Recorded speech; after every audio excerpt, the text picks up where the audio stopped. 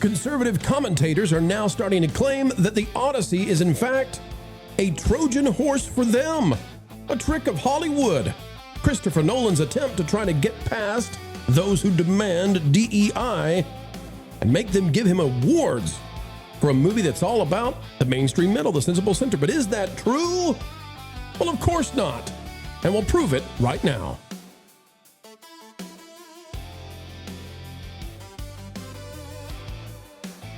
You know, the wokies they're celebrating, they can't get enough of the Odyssey winning. But for some reason, some on the right, well, they're all right with that, and they're trying to claim victory themselves. And all for the wrong reasons. Of course, folks will explain it all. Click the like button, dive on in, share, subscribe, and you know what to do. Click it. Stick it to the algorithms. It's the notification bell. Some on the quote-unquote online right are declaring that the Odyssey is a Trojan horse, that Christopher Nolan is actually a conservative, sneaking in conservative values and tricking the woke ninnies of Hollywood. Well, I'm here to tell you, folks, I don't buy that for a second, and the woke, they are celebrating. Now, remember, here on the Pro Channel, we're not political, and I say that we need conservatives and classical liberals because they both do good things in society when they battle each other. And, you know, conservatives protect traditions. Classical liberals want to see changes. They hash it out. We get some changes, not all the changes. Traditions are saved, not all go away. But the woke, that's a different thing entirely. The woke believe in no truth with a capital T. They believe in power and all that sort of thing. Oppressor versus oppressed, etc., etc. Well, they're celebrating. Slate is one of these. Sam Adams, not that Sam Adams, different Sam Adams, says Christopher Nolan's Odyssey supposedly went woke. It did not go broke. The online right bet against the box office success of our era's most successful filmmaker. It did not go well. Now, I'm going to come back to this article in just a minute, but I want to show you that some of the folks out there that we greatly respect. I respect Jonathan Pajot. I think he does a great job, but in this case, I'm going to have to disagree with him. Some of the folks out there who are commentators who speak, I think, to the mainstream middle, they're viewing the Odyssey in a way that I think might not be, well, the case. Here we go. First thoughts on the Odyssey, says Jonathan Pajot. There is a scene at the very beginning of the film in which, in the absence of his father, Telemachus is being trained by the blind Emmaus, Odysseus' loyal servant. Emmaus warns that the reason Telemachus is constantly being bested by his sparring partner is that his defense is too quick. He must move more slowly, open his chest, invite the attack, and use his opponent's momentum against him. In the spirit of Odysseus, deep trickery is at work in this film. It says, don't let the apparent compromises fool you. The Odyssey is an absolute triumph. It is made with a profound love for the source material, filled with deep pathos, the return of the Father, the elevation of the Son, and the restoration of proper order despite all the sins perpetrated by the guardians of that order. It is a film about the end of the world and the beginning of another, about remembrance, return, and the perpetuation of an order after long wandering through chaos. It is the Odyssey. And then, this is where he goes into, Jonathan Pajot says, short version, the movie is a Trojan horse. Now, what is he talking about? Pajot is joining people like Michael Knowles in suggesting that Christopher Nolan actually tricked the wokies. The comedian, Lauren found this one for me, says, so Michael Knowles and Jonathan Pajot believe that Christopher Nolan embodied Odysseus. He played the fool while deceiving the film industry, critics, the cast, the studios, the press, and the public in a grand strategy to restore tradition and win Oscars through the Trojan horse of postmodern deconstructionism and DEI. It says this is a bold claim, and I need strong evidence. Yeah, no. Of course, Marvin, you're writing about this over on Geeks and Gamers. Hollywood media declares go woke, go broke dead after the Odyssey opens big. So counter to what some of these influencers and commentators are saying, the woke are celebrating this. And not only that, they had articles ready to go in the trades and everywhere else. You talk about the three publications, Vanity Fair, Slate, them. They're ready to roll out this story. Marv, what is the story and how perhaps are conservative and centrist commentators walking into this trap? Well, one movie by a director with an excellent track record had one good weekend, and they were all ready to run with this concept of go woke, go broke is officially dead. It's never been true. But meanwhile, when you actually had the woke movies come out, like for some reason they think that this one victory, if this does end up becoming a victory, is able to undo like a dozen failures, because most of these, like, we've had the Marvels, we've had the Eternals, we've had Captain America Brave New World, we've had all of these various different, quote unquote woke movies that have come out that have all failed, that have all kind of crashed against the shores of audience indifference. They were all explained away by Hollywood with its franchise fatigue, it's the theatrical experience, it's toxic fandom, it's review bombing, et cetera, et cetera. But now one movie by one director with a great track record has one good weekend, and suddenly it's victory. We won. The culture war is over.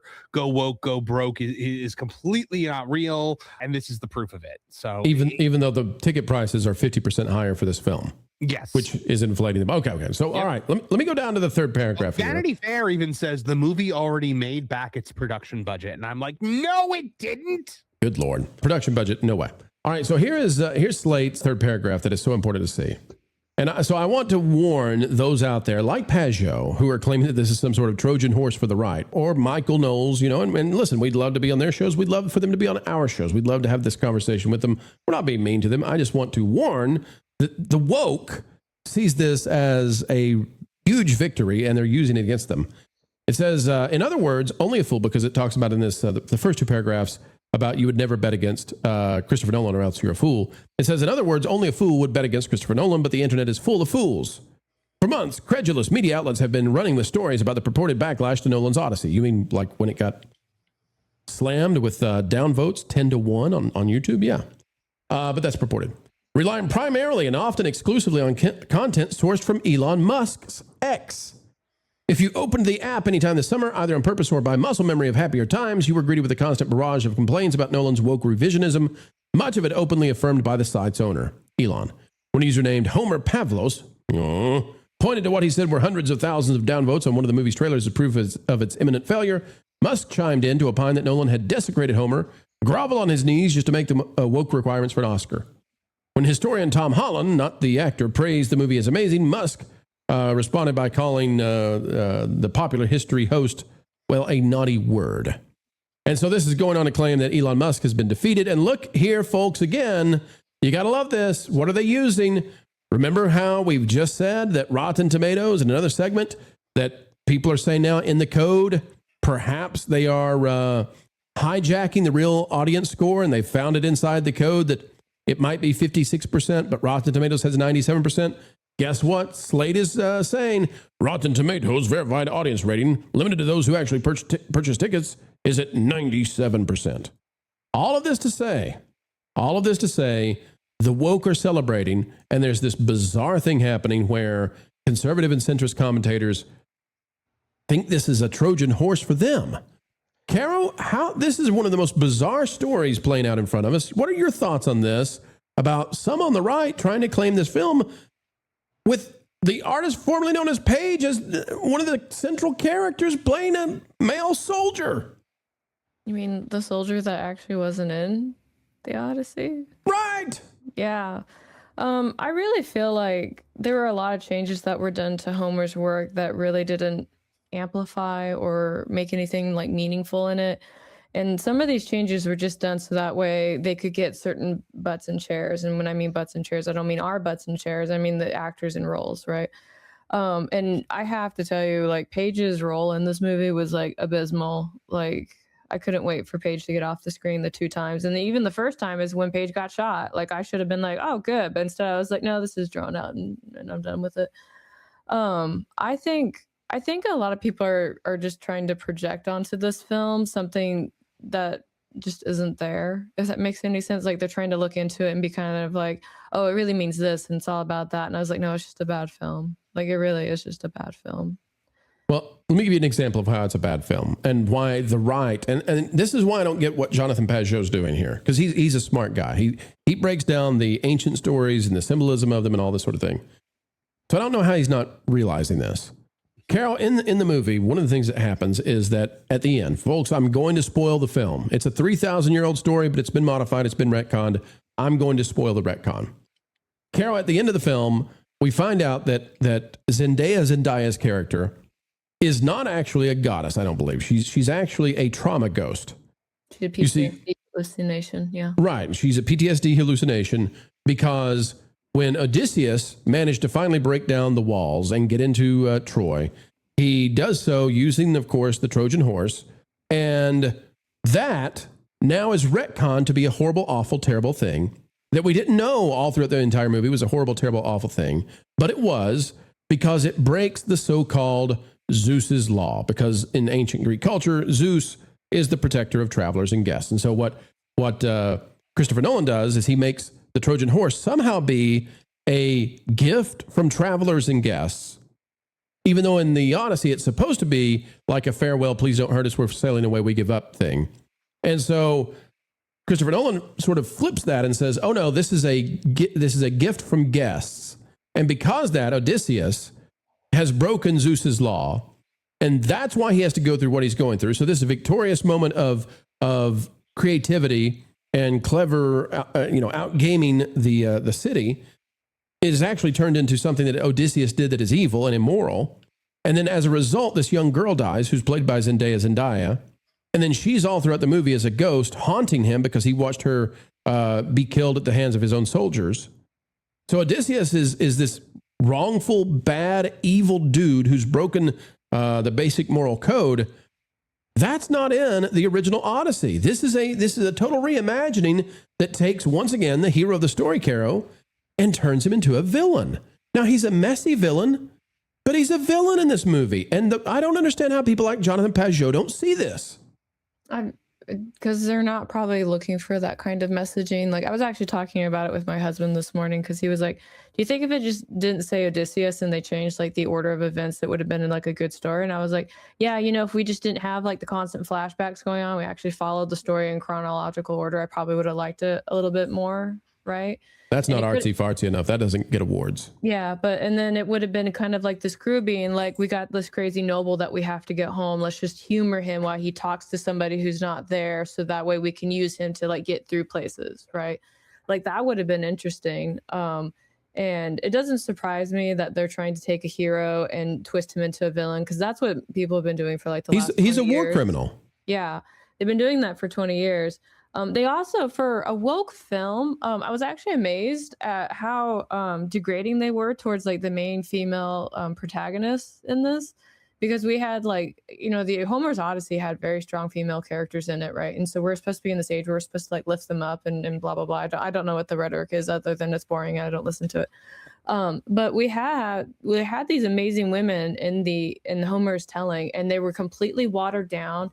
Cersei's was supposed to be this beautiful woman that everybody was captivated by. And I'm sorry, Cersei's in this film. I'm sure the actress, when you're not on the screen, you're very beautiful, but she was not on the screen.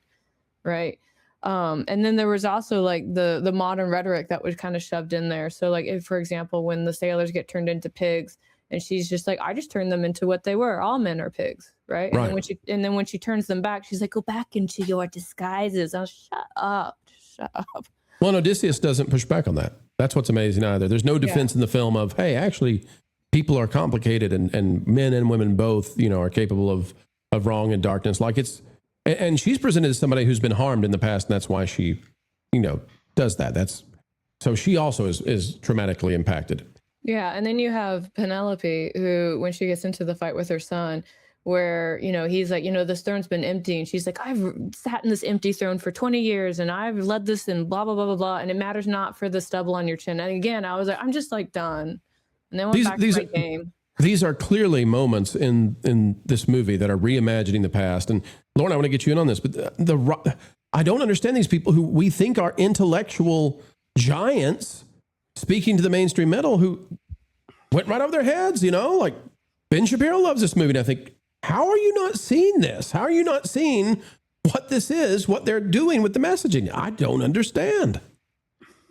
Are you telling me that Penelope, in a moment when Telemachus is... Folks, he's not seen the movie. He's learning this for the first time. He's attempting to make the case that something needs to be done and that nothing has been done to throw out these suitors. That Penelope's response to Telemachus is not by the hair of your chinny chin chin? Literally, everything I've done doesn't matter for the stubble on your chin is exactly the wording. I remember that. The Cyclops with that old sheepskin. So, I mean, honestly, the thing that I would be, it seems to me there's an easy way to refute all of this. let's ask some Greeks what they think. I Oh, never want have to been. hear. I never want to hear a single thing about cultural appropriation ever again from these people.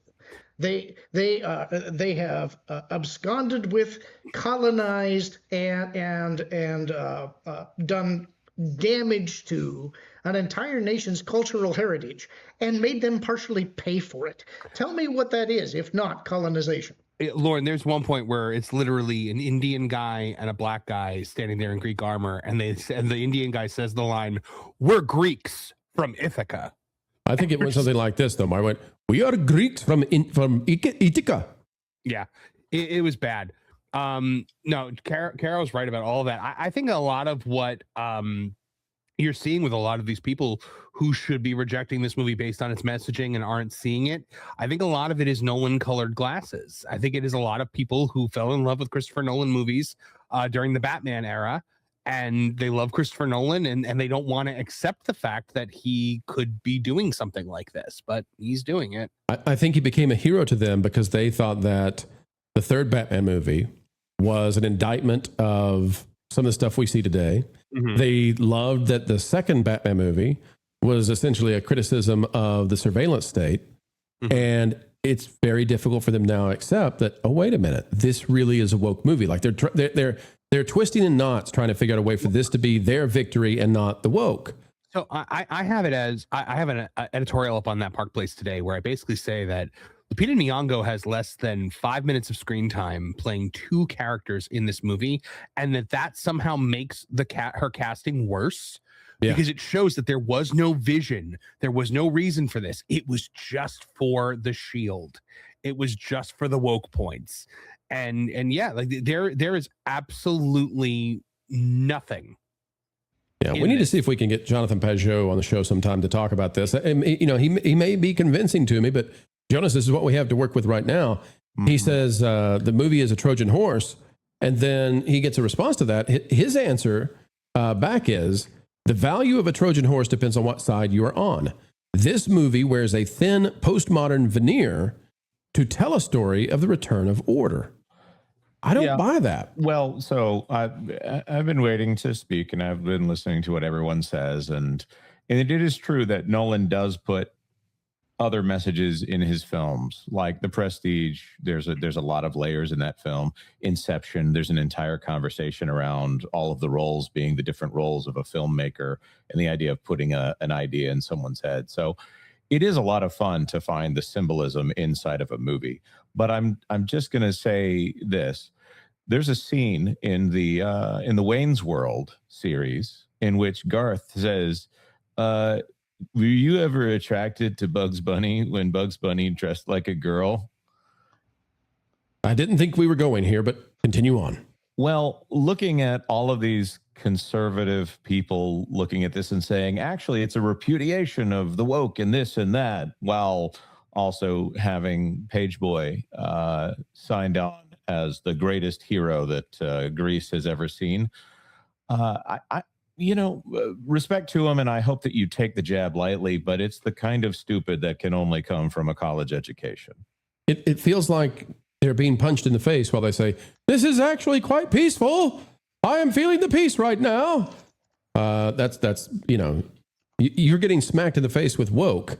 And I continue to believe that perhaps some of this, although I think that Jonathan Pajot is above this, I would never blame him for this sort of thing. But I continue to think that the Rotten Tomatoes audience score that may be fake, and then the inflated box office based on 50% higher ticket prices is tricking a lot of these people into being like, oh boy, I got to get on the right side of this. I can get on the right side of this. This is really popular.